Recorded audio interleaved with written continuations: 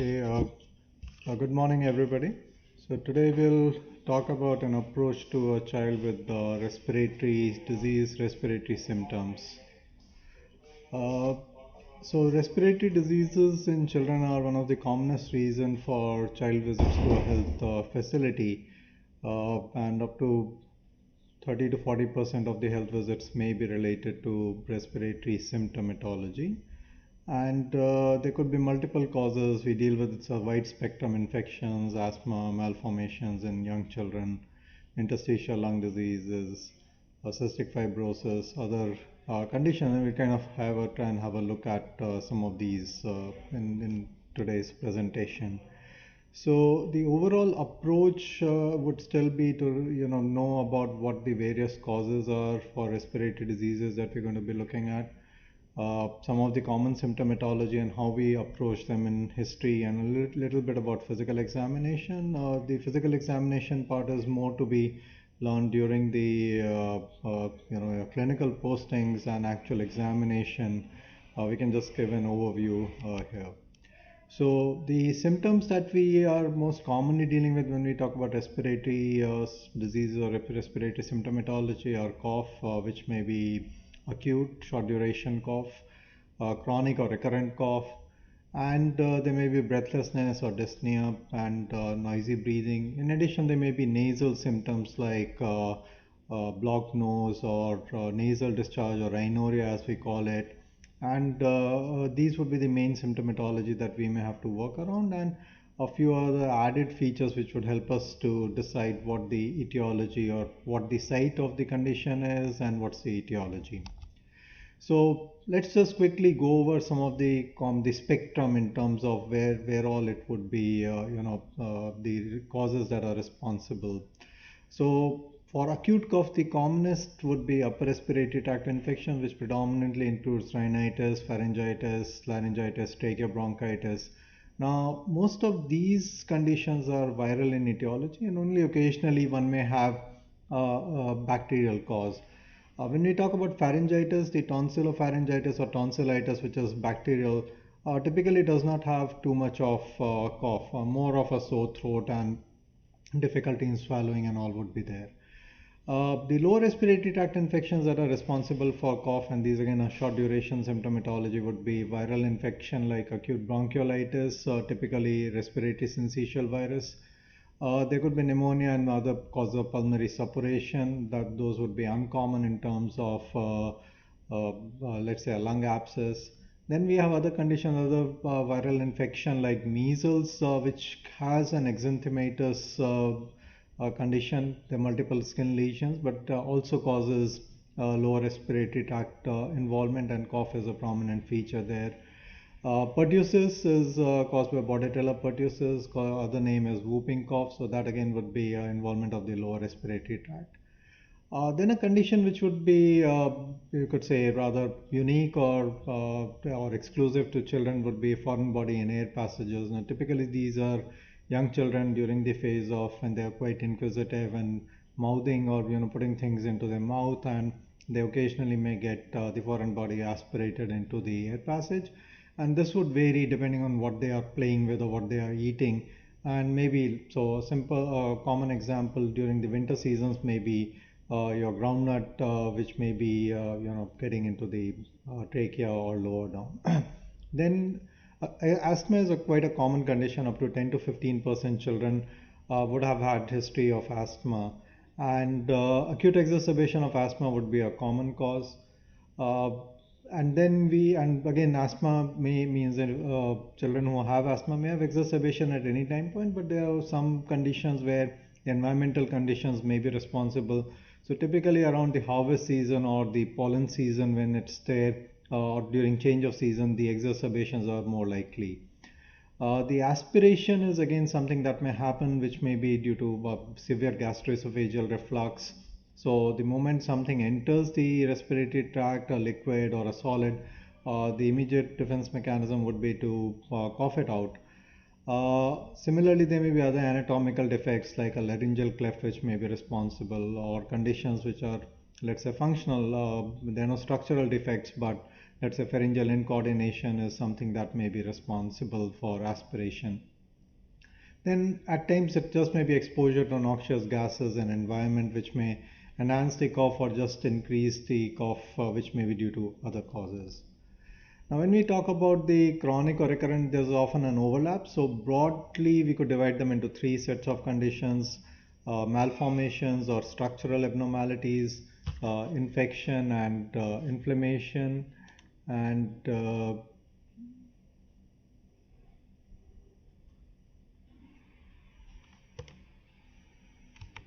infection and inflammation, and there were a few other conditions. So broadly, the malformations include congenital malformations. There could be a sequestered lobe, there could be bronchomalacia, tracheal stenosis, H-type tracheoesophageal fistula. Various chronic infections, typically viral infections, are short duration, even bacterial, but unusually there may be episodes where they may be predisposed to recurrent infections or prolonged infections, as with adenovirus. Chlamydia and mycoplasma often cause symptoms for maybe up to 2 to 3 weeks. Tuberculosis, we all know, as a commonest or a most important cause for chronic cough. Then there may be asthma, bronchiectasis, cystic fibrosis, foreign body retained in bronchi, postnasal discharge, which is related to sinusitis, may be another cause, and other conditions which predispose. So they primarily do not cause cough, but they predispose to maybe infections and all, which may be causing cough, like immune deficiency, primary ciliary dyskinesia, the classic examples, carcinogens. Occasionally there may be conditions like psychogenic or habit cough. Then we talked about gastroesophageal reflux, which may be a cause which may be persistent. And then there are other conditions like interstitial lung diseases. Now, the other symptom that would be coming in the domain of respiratory symptoms is dyspnea or breathlessness. Now, dyspnea is defined as difficulty in breathing or abnormal perception of breathing, and often it's associated with respiratory illness involving lower respiratory tract. So, if you look at the classical definition, it's actually the later part, that is abnormal perception of breathing. And this again would be complained of only by children who are old enough to describe the symptomatology. On the other hand, the difficulty in breathing is something that may be perceived by the parents or the caregivers, and that's how they would say either breathlessness or difficulty in breathing or dyspnea. So these may be used interchangeably for young children, but classically dyspnea is more of an abnormal perception of breathing. Now, common causes, again, if we just go back to our previous causes of cough and all, a lot of overlap would be there. So dyspnea could be due to various conditions like pneumonia, bronchiolitis, bronchial asthma, atelectasis, lobar emphysemas, pulmonary edema, aspirations, pneumothorax, or pleural effusion. Also, we need to remember that it's not just the respiratory causes which are responsible. So there could be cardiac conditions which are what we may see in children are myocarditis, pulmonary edema, congestive cardiac failure, pericarditis or pericardial effusion, which again may lead to some bit of pulmonary congestion, and that's what would be responsible for change in the mechanics of the lung or mechanics of breathing, and which would cause difficulty in breathing and perception of dyspnea.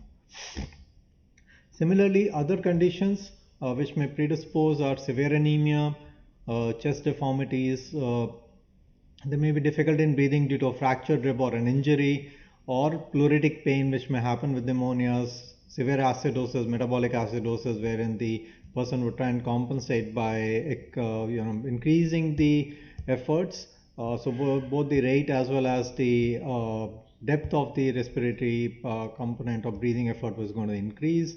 And similarly, there may be conditions like diabetic ketoacidosis and uremia, which may be associated with difficulty in breathing. Then the other thing which we have is the noisy breathing, so which is quite common. So one is, these could typically be snoring, grunting, stridor, rattling, and wheezing. Snoring, I think we all are aware what it is like. Typically, more often we would see it in adults. It's a low-pitched, irregular sound produced during inspiration due to oropharyngeal obstruction, and in children the common conditions are adenoidal hypertrophy or any other condition which causes upper airway obstruction. In older individuals and obese individuals, there is sleep disordered breathing, and the extreme example would be obstructive sleep apnea, wherein during sleep, for various reasons, the pharyngeal or the upper airway passage, kind of that lumen reduces. There is laxity of the muscle as well, and that is going to cause some bit of obstruction, and that leads to difficult, let's say, a narrow lumen, and breathing through that is going to cause a sound. Grunting is an irregular expiratory sound which is produced by partial closure of the glottis. Now, this is typically seen in newborns with respiratory disease like HMD or respiratory distress syndrome. So why does it happen? Now, we know that hyaline membrane disease happens in preterm babies, and this is black or deficiency of surfactant. So the alveoli would have a tendency to collapse during expiration when the volume of the alveolus is low. So what does the infant try and do?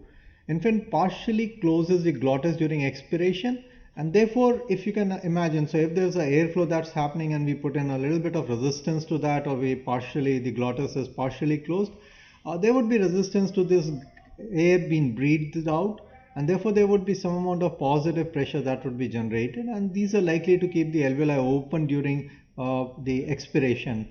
Otherwise, they would have collapsed completely, and to open a collapsed alveolus would take a much greater effort than to inflate a partially open alveolus. So this grunt is going to be, it's an expiratory sound. Now, rattling is something which is like just sound due to excessive secretion in the pharynx or tracheobronchial tree due to impaired airway clearance. So it may happen with various conditions apart from pneumonias and all. It may happen with asthma, bronchiectasis, reflux, esophageal stenosis, and aspirations that are happening, and tracheobronchial stenosis. And this often the parents may just tell us that either the child is making a sound during breathing, or when they put their hand on the chest of the child, they would say कि घड़ का आवाज़ आता है, या छाती में बलगम जमा हो गया है, घड़घड़ाहट की आवाज़ आती है. So this is what often parents would be telling us. So it in itself doesn't always mean that there is a lower tract involvement. At times it just may be impaired clearance, and there may be a postnasal drip or sinusitis related, where some excessive secretion may cause this sound. Then is the terminology that's used as stridor. So stridor is a harsh interrupted sound during inspiration, which is produced due to obstruction of extrathoracic large airways, which is larynx and trachea. So this is typically a sound which may be seen in laryngomalacia.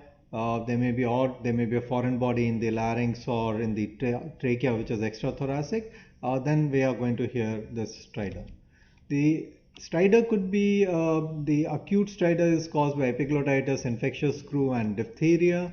And chronic stridor is related to, again, obstructions which may be there for longer duration of time, like laryngomalacia, laryngeal or tracheal stenosis, or a web. Intraluminal conditions, again, we have conditions like angioma, papilloma, lymphangioma, retention cysts. The malignant tumors are uncommon. There may be conditions which are related to vocal cord paralysis, may be related to nerve injury during birth or otherwise. And then uncommon other conditions include external obstruction of the large airway like vascular ring, tumors of the neck, a large goiter which is also extending into the mediastinum, lymphangioma, thyroglossal cyst, and then small jaw, that's by micrognathia, and glossoptosis, a large tongue which may be partly be falling behind and narrowing the upper airway. Wheezing is another sound which is a musical expiratory sound which would be heard. The classical example is asthma. Other conditions where you may hear it is bronchiolitis. So these would be the two main conditions that we need to remember for causes of wheezing. Now, moving on to the history taking, so the general pattern remains the same in terms of whatever sequence we take. So we're just going to highlight some of the components that would be relevant for a child presenting with respiratory symptoms. So first is the demographic profile, where you're going to make sure that you figure out what the age of the child is, clearly by taking the date of birth. Also figure out who the informant is and whether the informant's been staying with the child and would be able to give you an accurate account of what's happened to the child. Thereafter, we talk about presenting complaints, and here because the symptomatology often is being told by the parents. Apart from knowing the sequence and duration of symptoms, it's kind of allowed to ask a few leading questions in just to make sure that we elicited the major complaints. We need to make sure that all these complaints, even apart from the ones which have been coming out on direct, let's say they tell you directly a couple of symptoms and the duration, and there could be another few which may be related to your questioning or giving them leading questions, and we just need to give chronological order. Uh, the history of present illness, the overall structure remains the same. You start with it's just in the order of appearance of symptoms. The symptom of longest duration is dealt with, and the most recent symptom is dealt with last. If there are recurrent symptoms, there are two ways to do it. One is describe the current episode and then talk about the previous symptoms and the past history. But if the symptomatology or the episodes are similar, it may be fine to start with recurrent, the first episode of these recurrent symptomatology, describing the age, the onset, how duration, and what happened in the intervening period, and then get an idea about how many such episodes have happened till current time, and then again come back to the greater details of the current episode. It's important that we have the carefully elicited history, because these are going to give us clues to diagnosis. The examination would help, but I think history is critical. So you may have, I'll just give you an example. So there was a child who's been referred to us with persistent pneumonia and with failure to thrive. Child's not thriving well.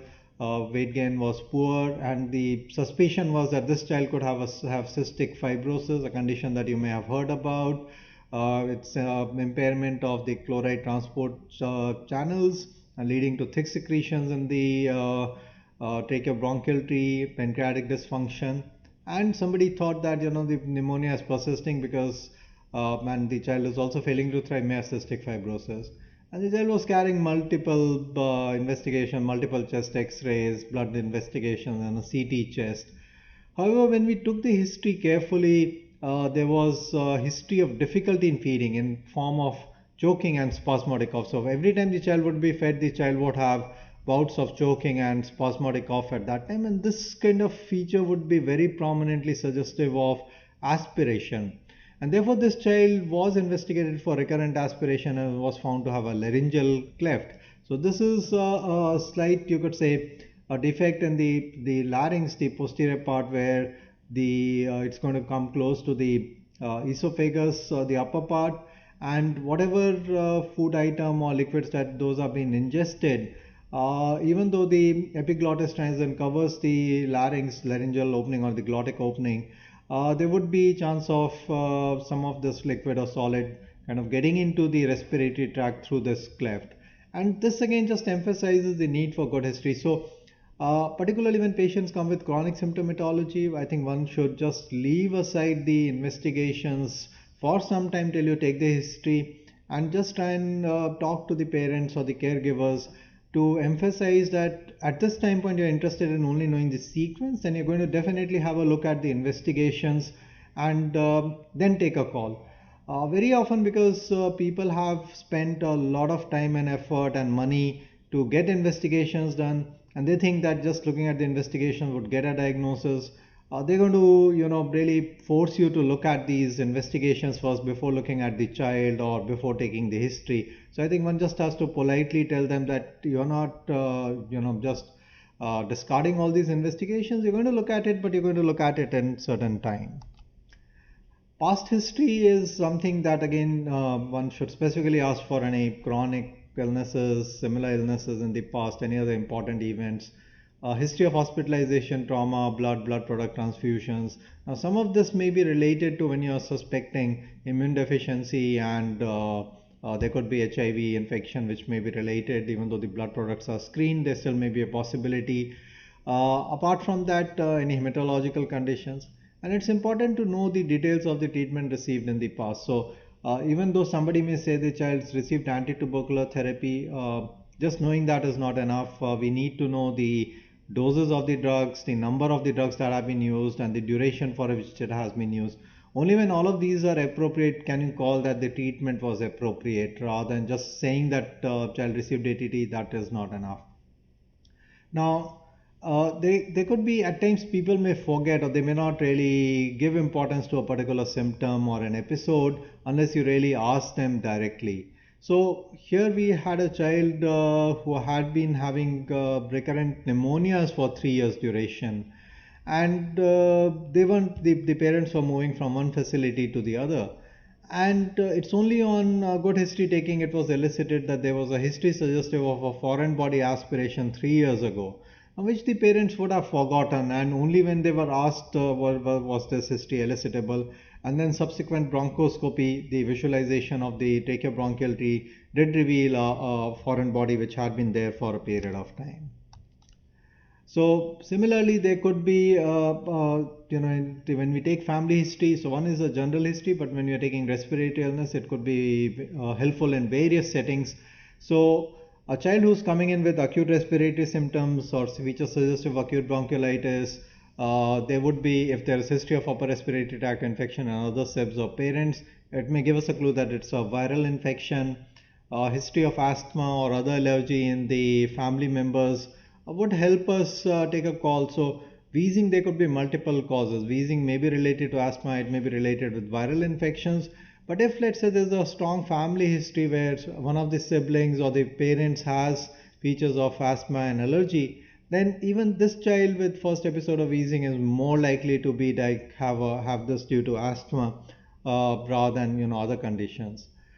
Similarly, a child who presents with fever for 2 weeks duration, and we ask that there is a family history of TB, tuberculosis, particularly pulmonary TB in a family member, then you're going to prioritize investigating for tuberculosis apart from looking at other causes for fever of 2 weeks duration. So that's the context in terms of knowing what the family history is.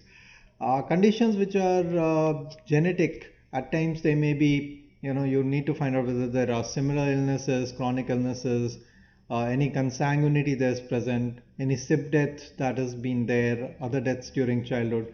And this may be indicative of something which is, inherited. And some of the additional details, if there is family history, you would need to know the age of onset, clinical features, details of treatment, and diagnosis if established, and age at time of death in case of a sibling death. So there could be conditions like cystic fibrosis, which is an autosomal recessive condition, which may be, there could be similar family history. There could be immune deficiency disorders, which may appear unrelated deaths, because this may happen simply because of an infection at another site or a systemic sepsis. So we need to be trying to find out. So if let's say the index case has presented with recurrent pneumonias, and one of the conditions could be immune deficiency, and we get a history of an early sibling death, or a child who has had similar recurrent infections, or a child who's died after a serious infection previously, may give us a clue that this child could be having a immune deficiency disorder. So at times, if you're not very clear, and we may try and find out about the address of the hospital or doctor who treated that previous child, just to try and get more details, particularly in the context of the current child having similar symptoms. Birth history, important to know the gestational maturity, birth weights, mode of delivery, need for neonatal resuscitation, whether there's been any meconium staining, any perinatal insult or birth asphyxia, details of the mother during antenatal period. So if the mother had history of fever with rashes, then one may be worried about in utero infections, the torch group of infections. So let's say there's an infant presenting with tachypnea since birth, with hyperinflation on X-ray films, with patchy pneumonitis on CT chest, and the history revealed that the child had meconium stain, amniotic fluid, and initially had to be ventilated for 3 days. But when the child presents to us at about 4 weeks of age, still continues to have tachypnea. So possibly this, if we know this history, then we can say that it's the aspiration of meconium which is possibly responsible for persistence of symptoms. And the bronchoscopy done in this scenario still revealed thick meconium particles in the airways, and that's what was responsible for persistent symptomatology. Feeding history is again, it's important in all histories that we take for children. We need to figure out about any pre-lactal feeds, the initiation and duration of breastfeeding.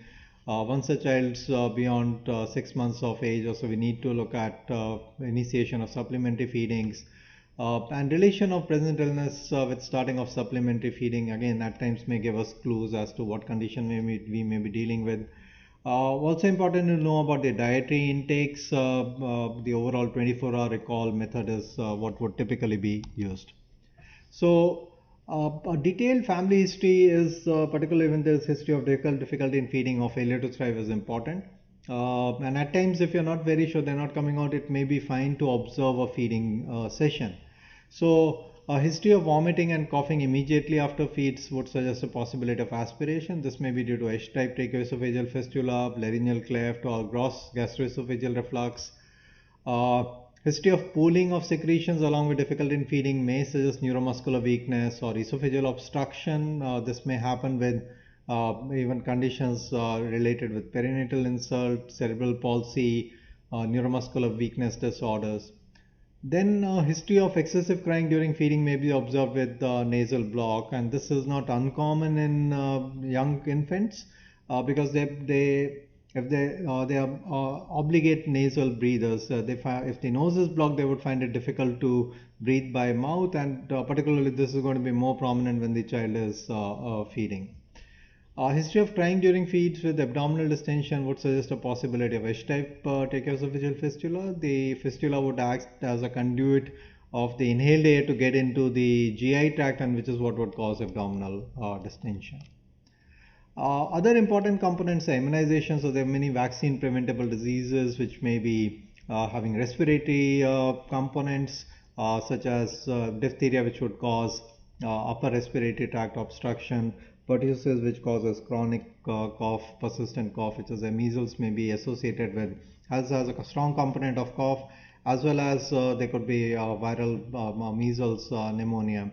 Haemophilus influenzae, we know that it's given to prevent hip disease, and one of the components is things which could happen is pneumonia. Similarly, BCG, if it's been given or not, we need to find out, even though the protective efficiency is not very high, but a child who hasn't had that BCG would be at a slightly greater risk of having tuberculosis as compared to the one who had BCG. Development, again, this is an overall to get an idea about what is happening. Some of the conditions, as we mentioned, may be associated with perinatal insult. Child may have cerebral palsy. Child may have various neuromuscular weakness disorder like spinomuscular atrophy. So there the development part is important, knowing whether there is a global delay or there is essentially to one of the domains in terms of, let's say, only the motor component is affected. So based on that we can get an idea whether there could be pharyngeal muscle weakness or incoordination which may predispose the child to recurrent aspirations. History wouldn't be complete without taking the respiratory for respiratory conditions, without taking the environmental history.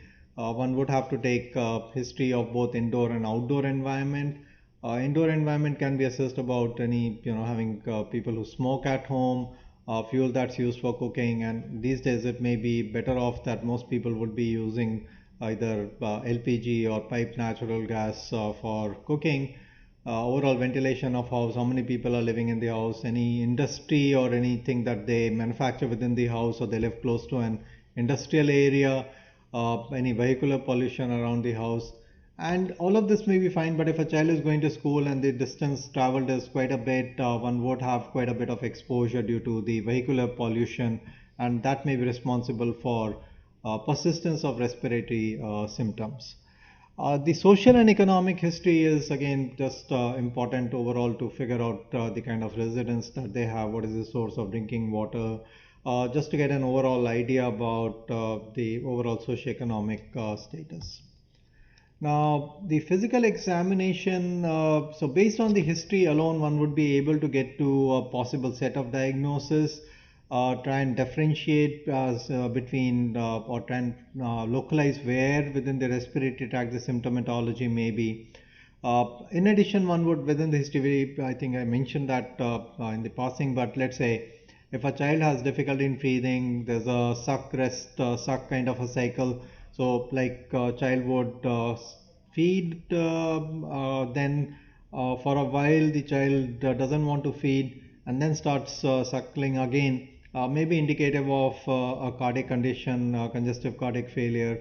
So the child with minimal effort for feeding just tires out, takes rest for some time, and then again because the child is hungry would start feeding again. So there may be other indicators which we need to look at for respiratory symptoms. So the general examination would be same. So you could do so-called a head-to-toe examination, but the key things that we want to be interested in respiratory illness is apart from your respiratory rate, heart rate, and all, evidence of respiratory distress, presence of clubbing, many cyanosis, or lymphadenopathy. Respiratory distress in a child can be judged by respiratory rate, chest and drawing, and whether the child is able to speak properly or not. And again, means if cyanosis is present, that's an ominous sign. Respiratory system examination will be doing during the clinical postings, but broadly again it is the inspection, palpation, percussion, and auscultation. One should avoid the tendency to just straight away go on to auscultate. We are likely to miss a few findings which may come on either inspection, palpation, or percussion. So briefly we're going to touch upon the more serious condition, the acute respiratory distress in children, and components of examination which we should be aware about, and also some components of examination here.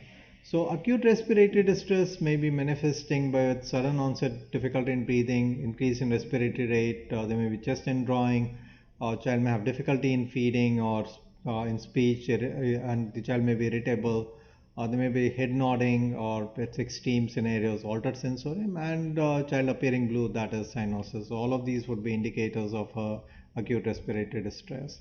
Common causes would be asthma, infections like bronchiolitis, pneumonia, croup.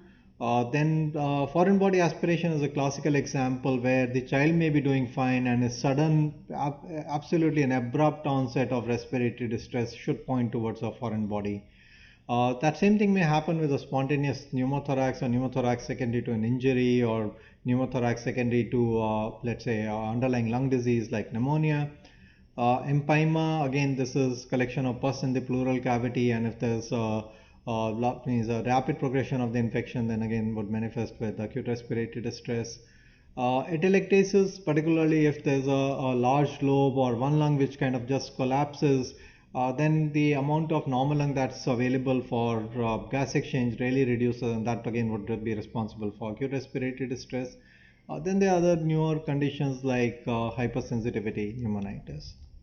So approach to the patient remains similar, except that if a child presents to us in the emergency room with acute respiratory distress, the first focus is actually clinical evaluation of a child, just to check whether the circulation is adequate, the airway and breathing, whether they need support. So only after you have stabilized the child, you would go and take the history, and within the history one would be looking at history of symptoms and duration. And here one would, instead of let's say spending half an hour on the history, one would take a very targeted history to kind of complete it well within time and pay attention to stabilization of the child. So same sequence is followed, and importantly we need to assess the severity. So how do we assess the respiratory function? We need to look at the respiratory rate. I'll talk a little bit more in detail in the coming slides. Look for evidence of respiratory distress in terms of chest indrawing. The lower part of the chest is what we look at, and this is particularly important in young children.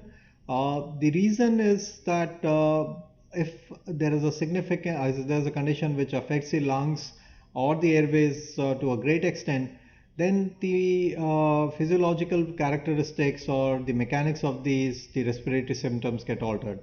So if the compliance of the lung reduces, which means they become more stiff, to get in the same volume of air, now the child would have to develop a greater pressure gradient, and which would be leading to greater negative intrapleural pressure, And because the chest wall may be compliant in young infants, they would tend to get in.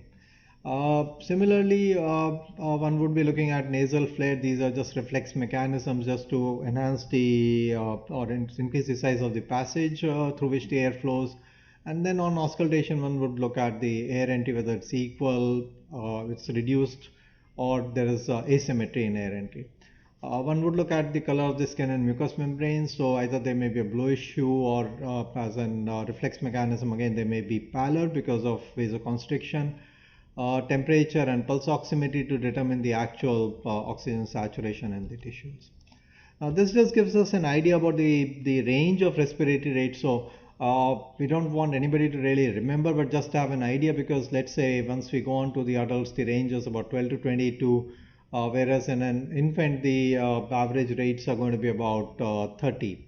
So similarly, the heart rates kind of vary again, and for a newborn, the normal heart rates may be about 140 to 160 beats per minute, and by the time for adults, it kind of comes down to about 70 a minute.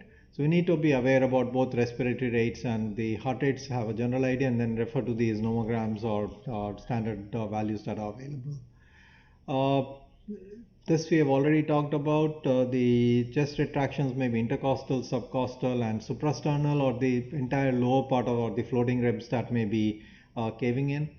Head bobbing is more related to use of the sternocleidomastoids, and again it's a sign of respiratory effort, increased respiratory effort.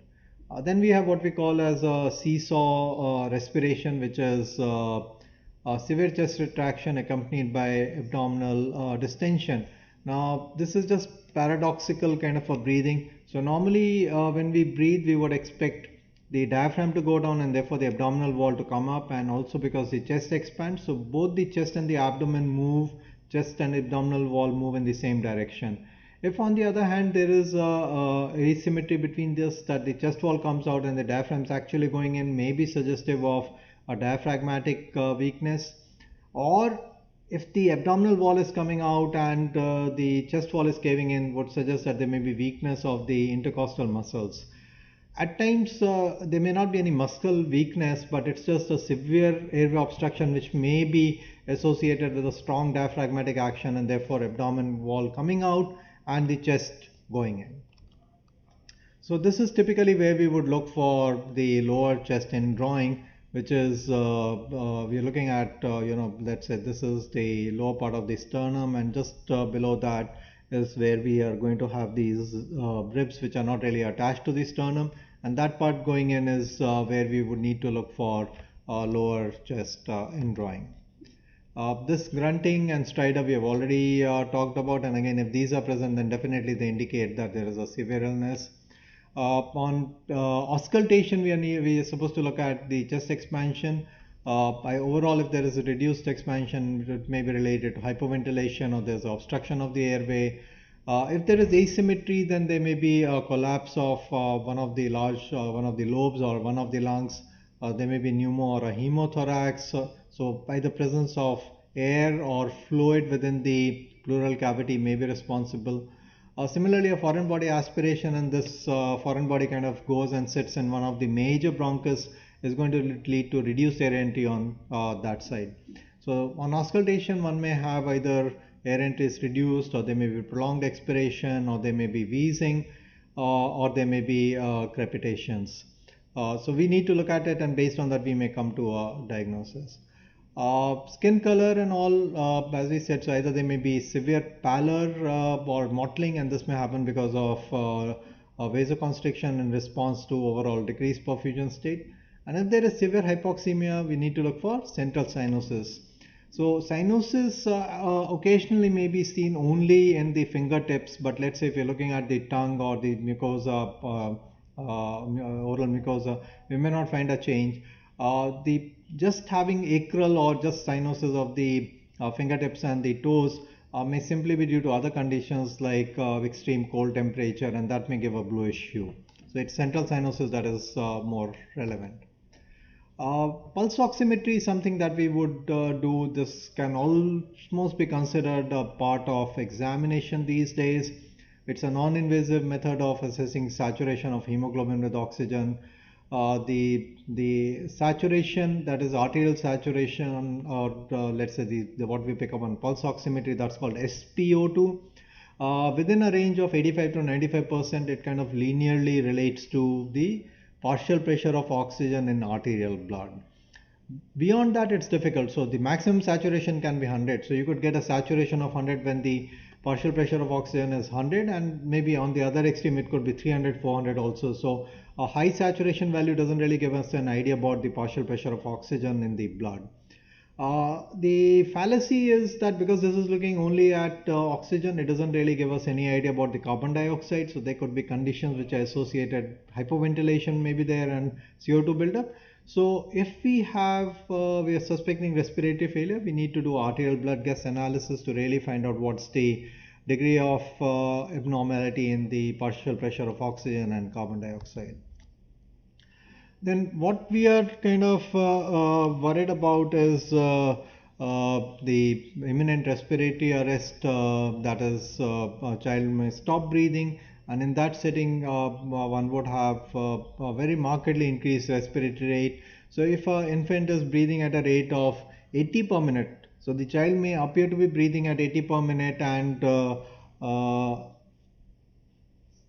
in that setting the child may be having maintaining the saturations.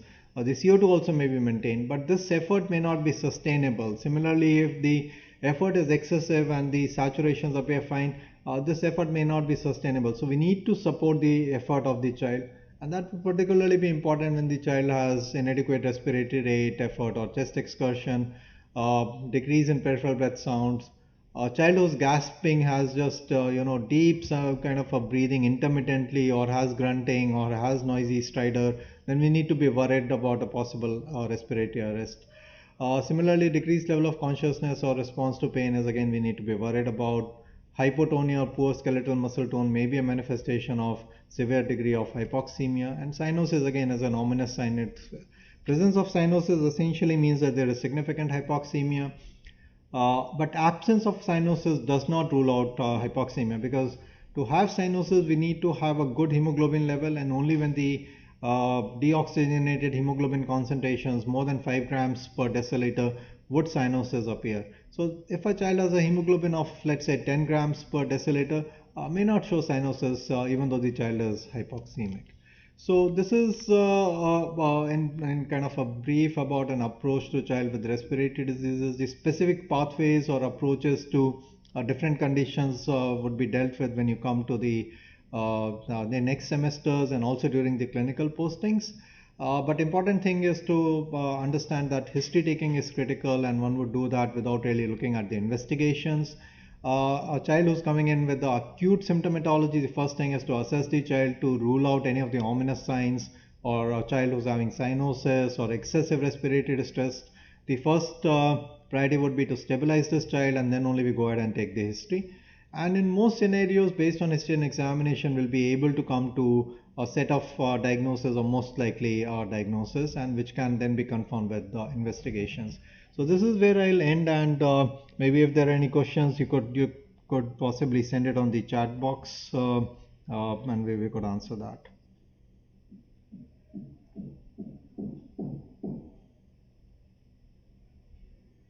Any questions?